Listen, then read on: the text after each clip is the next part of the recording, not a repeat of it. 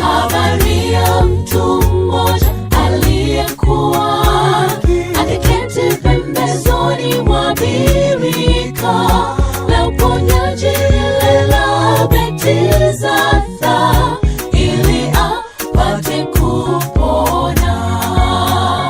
Kwa muda mrefu huyu alikuwa pale akingoja uponyaji birikani, lakini hakupata kufanikiwa kwa hiyo miaka yote.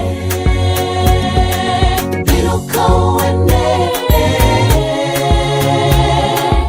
inuka uende, inuka uende, imani imekuponya. Inuka uende, inuka uende, inuka uende, imani imekuponya.